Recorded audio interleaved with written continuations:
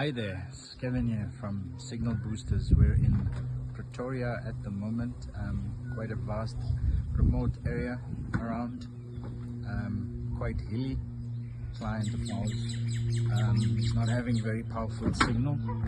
As you can see, there aren't any towers close by, the closest one. So we managed to connect the outdoor antenna, and the best signal is coming from the suburb that way in Pretoria West, and we just run the cables into the roof, and then we're about to connect on the inside, and then we'll show you the readings over there. And then this is the indoor booster, which is receiving some good signal from the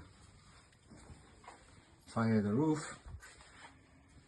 It's all set up and working, and then we'll show you some results on our phone with it on and with it off in the next video. Okay, so this is the readings we're getting without the signal booster connected. It's pretty poor, 1 bar signal on there. And then now with the signal booster on, so a huge improvement with signal cell coverage and also full bar signal.